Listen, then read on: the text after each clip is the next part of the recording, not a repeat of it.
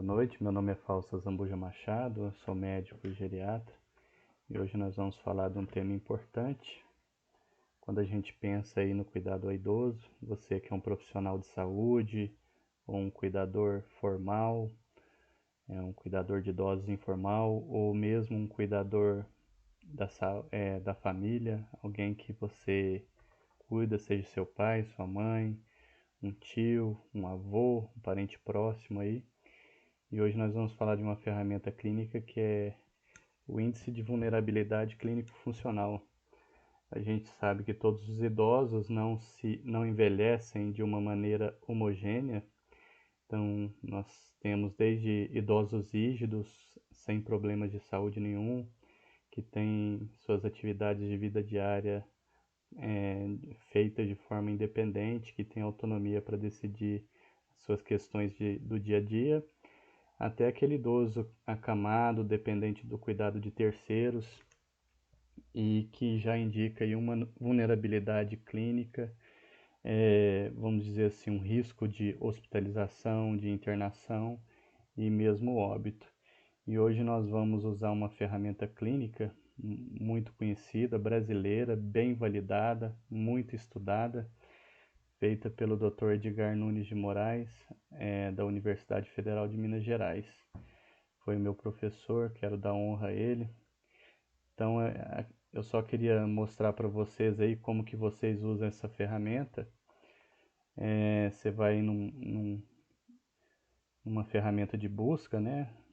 Tem muitas conhecidas, essa aí é uma delas, que é a DuckDuckGo, assim como Google, entre outras, né? E você coloca lá IVSF 20. Você vê que na página aqui, a primeira página realmente já fala da página que é da UFMG, do Dr. Edgar. E você vem aqui em questionário online e você coloca clique para iniciar. No caso aqui nós vamos tomar como base um paciente fictício para a gente mostrar como é feito a validação da ferramenta e como você preenche. Esse aqui é a tela inicial da ferramenta, né, que nós vemos aí. Então eu vou colocar aqui o paciente fictício e nós vamos usar como base um relato de Eclesiastes 12, porque ele fala aqui muitas questões da funcionalidade do rei Salomão. Esse livro foi escrito por Salomão no Antigo Testamento aí da Bíblia, é um texto bem conhecido e que ele fala de várias alterações funcionais que pode acontecer no idoso. E para falar com tanta propriedade assim, realmente parece que foi o próprio Salomão que escreveu, né? Uma fase mais longa da vida dele, ele foi um servo de Deus aí que viveu muito, né? Deus deu a ele a sabedoria e Deus também o deu a longevidade. Então em Eclesiastes 12 ele fala da velhice e ele coloca série de características aqui e esse capítulo do livro de Eclesiastes nós vamos usar para poder preencher o nosso IVCF 20. Então, como eu mostrei, IVCF 20, você coloca no site de busca, vem em questionário online e clica para iniciar. Daí vamos colocar o nosso paciente, o Salomão, o nome da mãe dele é Batseba, para ele ter aí uma idade, vamos colocar que ele viveu no ano de 1951, então no mês de setembro, 2 de setembro, digamos. Então eu tenho 69 anos de idade, é um idoso aí, mas a idade em si não é um bom marcador de saúde, como a gente vê. E ele está sendo acompanhado por seu filho, Absalão. Plano de saúde, vamos pôr que ele é o saúde real, que ele é um rei, né? Então é o plano de saúde da época. Ele é cearense, da cidade de Gurupi. Estou inventando isso, tá, gente? Só para a gente colocar. Então, quando a gente vem na primeira questão, eu não vou detalhar muito cada questão em si, mas são marcadores de saúde. E a primeira pergunta é essa: se a sua saúde é excelente, boa, ou muito boa, ou regular ou ruim. Quando a gente lê o relato aqui de, de Salomão sobre a sua velhice, a gente vê que é um retrato pessimista, né? Fala que ele não tem satisfação com os dias, que ele está sentindo fraqueza. Eu vou colocar aqui que é ruim. E você vê que aqui embaixo, logo na ferramenta, né, no MedLogic, na ferramenta, ele dá algumas questões aqui, algumas dicas e como funciona a ferramenta. Então, se você tiver dúvida em responder, você sempre procura ler esse quadro abaixo. Daí eu vou responder. Você deixou de fazer compras? Salomão deixou de fazer compras, ele nunca fez porque ele é um rei, né? E também não cuida do dinheiro dele não, mas ele sempre cuidou do reinado dele, enfim. Mas quando a gente vai ver aqui, ele já está com alguns problemas na saúde dele, na mobilidade, na visão, no humor. Então vocês por enquanto aceitem que ele não consegue sair para fazer compra e que ele não consegue cuidar do dinheiro dele. E também não consegue realizar pequenos trabalhos domésticos. Nós vamos ver por quê. Então aqui eu oriento vocês também a ler essas orientações aqui da ferramenta, muito bem detalhado. Por quê? As atividades de vida instrumental são referências à saúde indireta. Então, assim, só falar que um idoso tem um problema de saúde, a gente não sabe o tanto que esse problema de saúde está comprometendo a vida dele.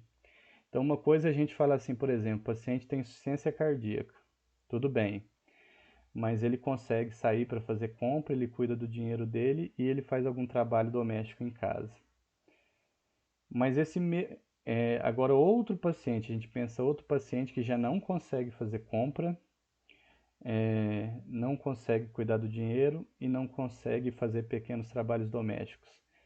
Só dessas três informações a gente tem ideia da funcionalidade dele e que esse problema de saúde que eu escolhi no caso, que foi a insuficiência cardíaca,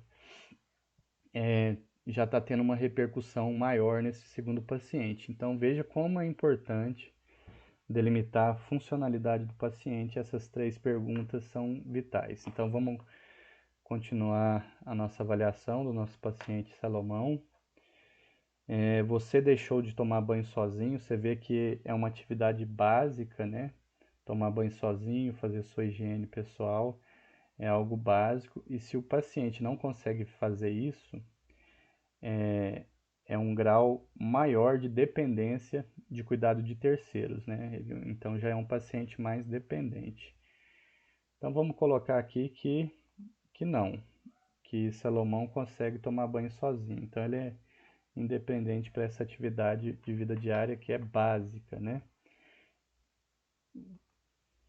Então, agora sim, outras perguntas aqui. Isso aqui é para avaliar a cognição. E eu queria falar, gente, que a gente vai ver ponto a ponto desse IVCF 20, né? Que é esse instrumento formulado pelo Dr. Edgar no FMG. Mas aqui eu vou passar de forma muito rápida, senão o vídeo vai ficar muito longo.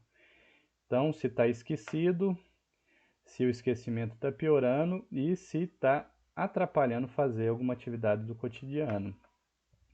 Por que isso é importante? Porque né, nessa avaliação clínica, vamos dizer assim, uma pergunta-chave é para principalmente verificar a doença de Alzheimer, que é a demência mais comum, e o sintoma-chave da demência de Alzheimer é o esquecimento. É um prejuízo da memória. Se a gente for ver lá pelos critérios do DSM-4, é um prejuízo de memória que tenha trago repercussões na atividade e vida diária da pessoa. Por isso que essa pergunta. Então, vamos ler. Eu queria ver nosso paciente. Então, ele fala aqui: lembra do teu Criador nos dias da tua mocidade, antes que cheguem os dias da sua velhice, em que dirás: não tenho mais satisfação nos meus dias. Então é muito comum no paciente com doença de Alzheimer lembrar de fatos do passado e esquecer fatos da memória episódica, que são a memória de curto prazo. Então é aquele paciente que se torna repetitivo, que acaba esquecendo o nome de pessoas, de amigos, às vezes até de pessoas próximas.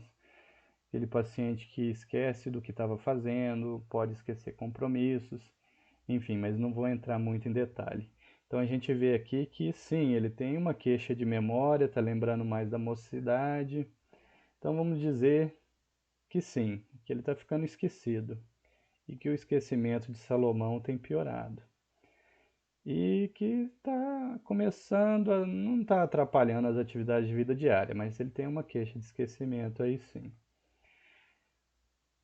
Outra parte da avaliação é a verificação do humor, porque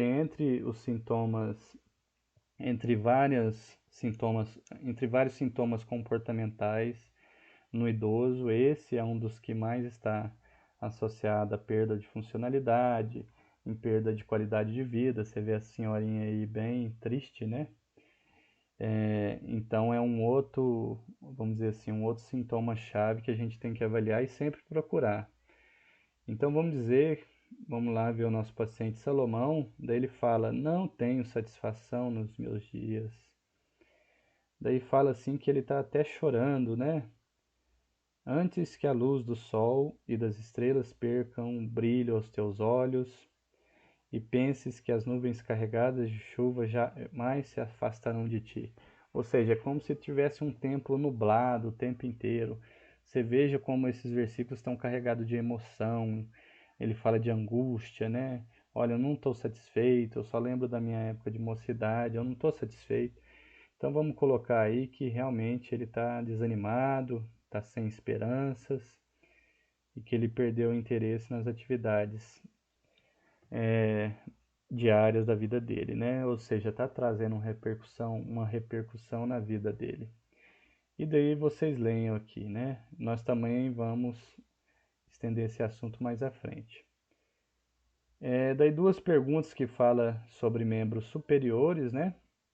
A capacidade de elevar os braços acima dos ombros e de conseguir segurar pequenos objetos, né? Que é a apreensão fina.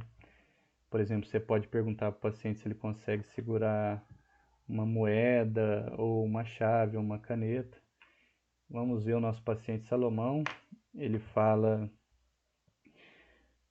aqui: quando os guardas da sua casa caminharem trêmulos e os homens fortes andarem encurvados.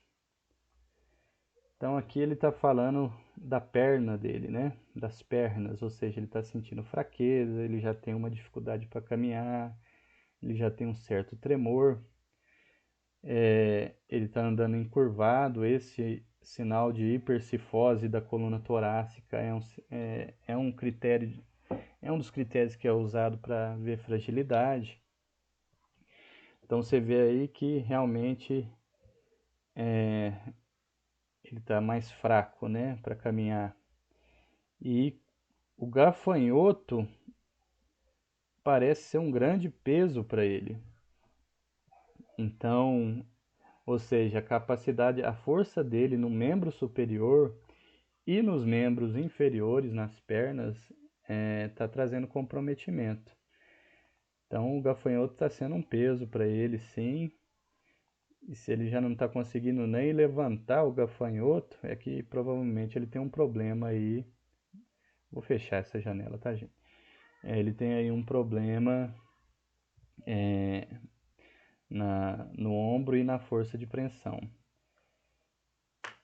Quando fala aí se ele perdeu 5% do peso ou 6 quilos, daí vocês perguntam, vamos ver aqui. Fala que ele perdeu o gosto por tudo. Ou seja, ele está tendo uma perda de apetite aí, né?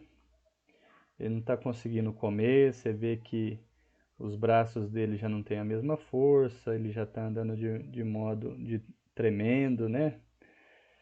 Então vamos colocar aqui sim, que Salomão já perdeu peso.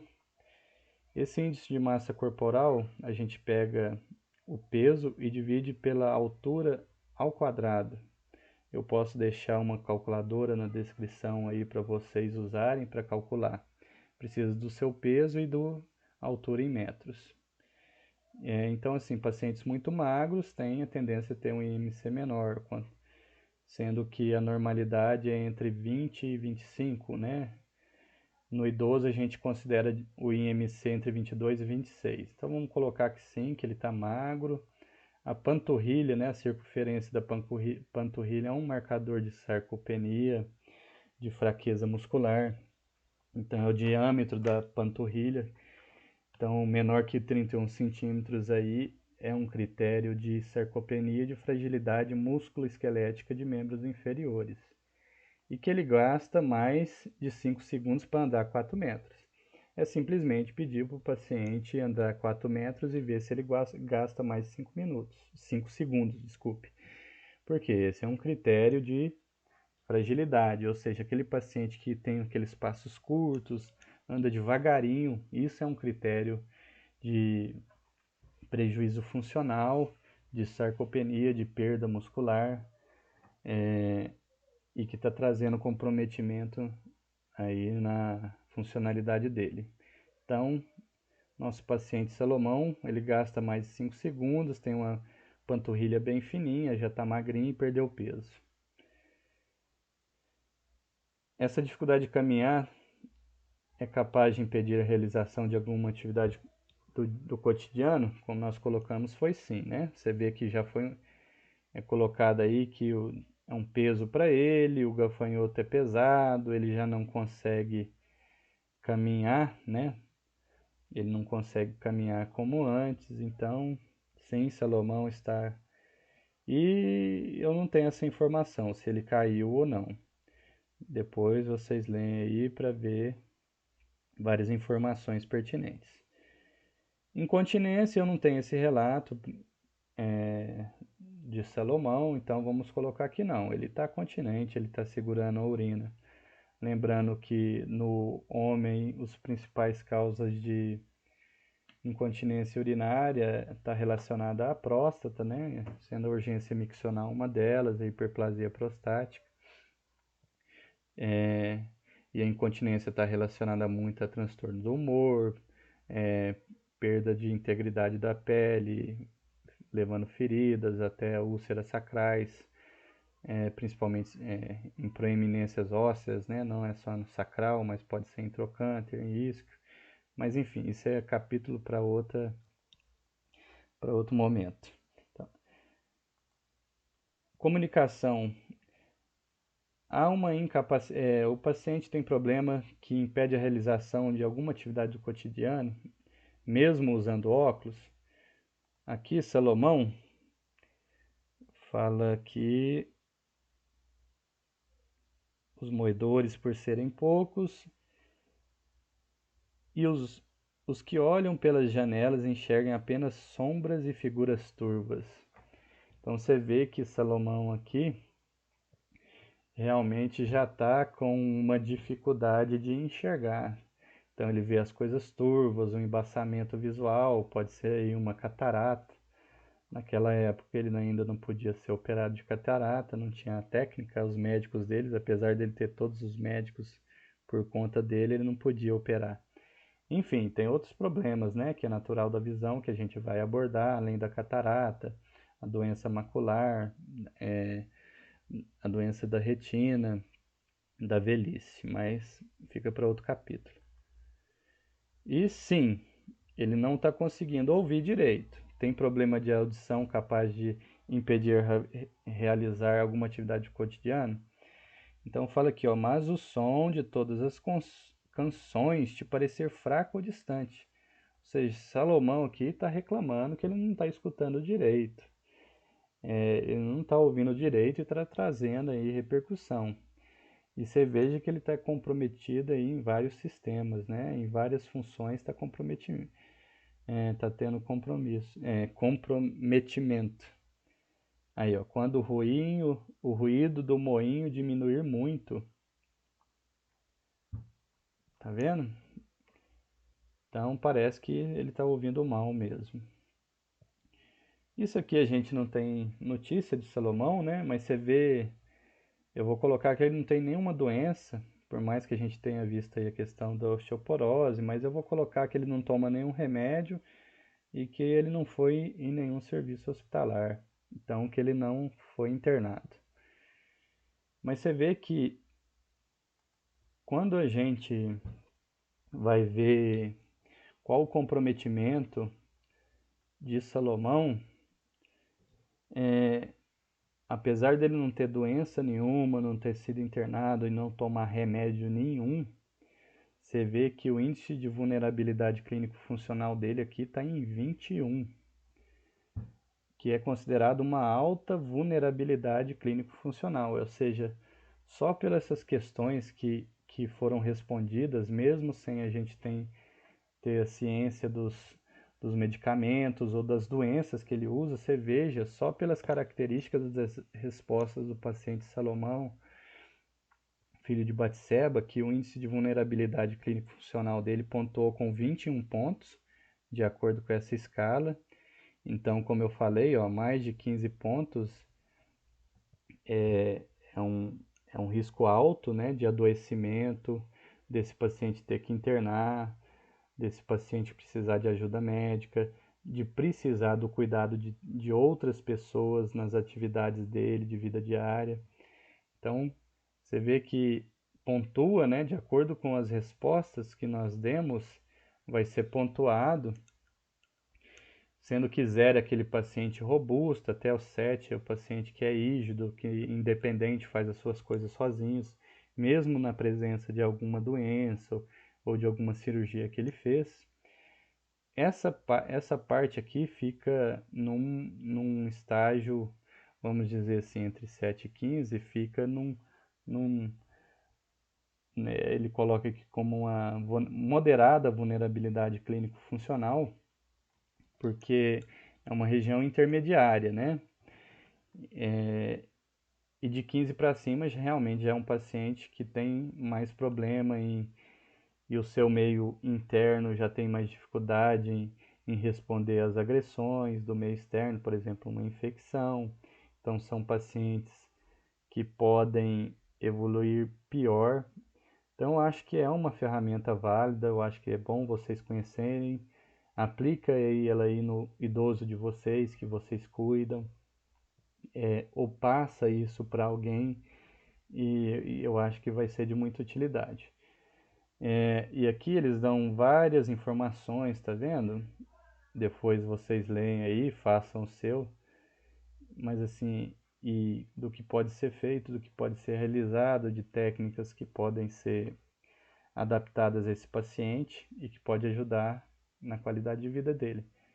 Depois vocês salvem aí, né? Importam e salvam aí, tá bom?